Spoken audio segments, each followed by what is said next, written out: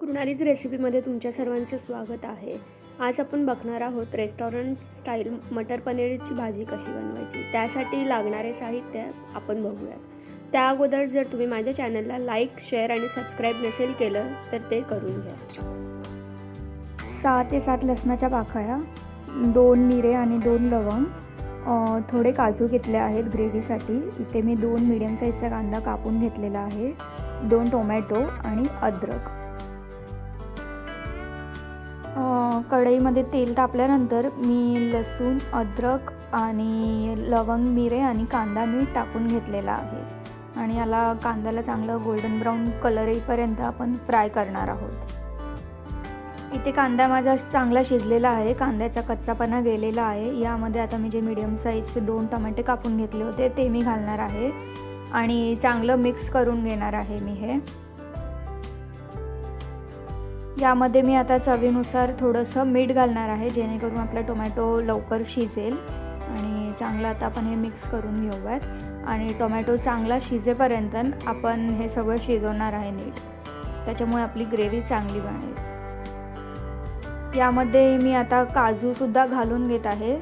तुम्ही हवं तर तुम्ही काजूची वेगळी पेस्ट बनवून तीसुद्धा नंतर ग्रेव्हीमध्ये घालू शकतात, पण मी यामध्येच काजूसुद्धा टोमॅटोसोबत थोडेसे शिजू देणार आहे। इथे तुम्ही बघू शकतात आपले टोमॅटो चांगले शिजलेले आहेत आणि आता आपण याची चांगली बारीक अशी पेस्ट बनवून घेणार आहोत। या मिश्रणाची आपण बारीक अशी एक पेस्ट बनवून घेणार आहोत। तुम्ही बघू शकतात इथे मी हे मिश्रण चांगलं स्मूथ कन्सिस्टन्सीचं वाटून घेतलेलं आहे।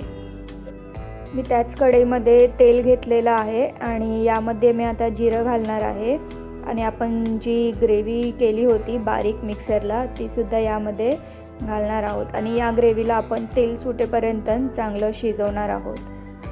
ग्रेव्हीला चांगलं मिक्स करायचं आहे जेणेकरून हे तेल पूर्ण याच्यात ॲब्झॉर्ब होऊन जाईल आणि नंतर ग्रेव्ही शिजल्यावरती वेगळं तेल यायला सुटेल। तर हे आपण चांगलं हलवून घ्यायचं आहे, मिक्स करायचं आहे, नीट हलवायचं आहे। तुम्ही बघू शकतात यामध्ये जे आपण तेल टाकलं होतं ते पूर्ण मिक्स झालेलं आहे ग्रेव्हीमध्ये। ग्रेव्ही चांगली शिजलेली आहे, तुम्ही बघू शकता थोडं आता याला तेलसुद्धा सुटायला लागलेलं आहे। यामध्ये मी आता आपले सुके मसाले घालून घेणार आहे। तर तुमच्या तिखटीच्या आवडीनुसार तुम्ही तिखट घालू शकतात। इथे मी 1.5 छोटा चमचा तिखट घालत आहे, 1 टेबलस्पून धने पावडर, थोडं कलरसाठी मी यामध्ये काश्मीरी मिरची घालून घेणार आहे, 1 छोटा चमचा। यामध्ये मी गरम मसाला घालते आहे, 1 ते 1.5 चमचा। तुम्ही तुमच्या तिखट जसं तुम्ही खातात त्यानुसार कमी जास्त करू शकता। आणि यामध्ये मी अर्धा चमचा हळद टाकलेली आहे थोडंसं कलर एन्हान्ससाठी। तर हे सगळं मिश्रण नीट मिक्स करायचं आहे आणि यामध्ये जे मिक्सरच्या भांड्यामध्ये थोडी ग्रेव्ही होती त्यामध्ये मी पाणी घालून ते सुद्धा मी यामध्ये घातलेलं आहे।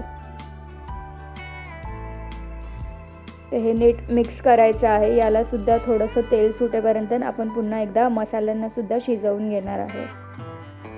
तुम्ही बघू शकता इथे ग्रेव्ही आपली चांगली शिजलेली आहे, त्याचा कलरही थोडा चेंज झालेला आहे। यामध्ये आता मी ग्रेव्हीची थिकनेस थोडी कमी करण्यासाठी मी थोडं पाणी घालत आहे। तुम्हाला नसेल ग्रेव्ही थोडी पातळ हवी तर तुम्ही स्किपसुद्धा करू शकतात आणि हे मी चांगलं मिक्स करून घेणार आहे। मला भाजीची अशी कन्सिस्टन्सी हवी आहे त्यामुळे मी थोडं पाणी घातलं होतं आणि यामध्ये आता मी चवीनुसार मीठ घालणार आहे।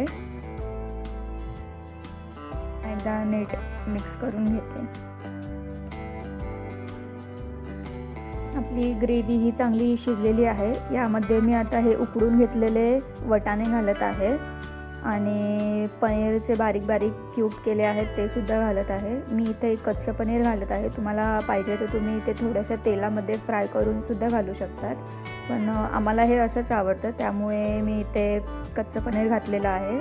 बाकी पनीर आणि वटाण्याची क्वांटिटी तुमच्या आवडीनुसार तुम्ही कमी जास्त करू शकतात आणि अजून मी इथे 2 ते 3 मिनटं हे चांगलं शिजू देणार आहे।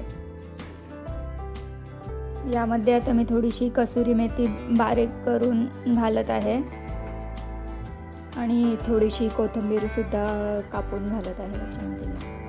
हे चांगलं मिक्स करून घ्यायचं आहे। आपली भाजी रेडी झालेली आहे। पनीर वटाणा.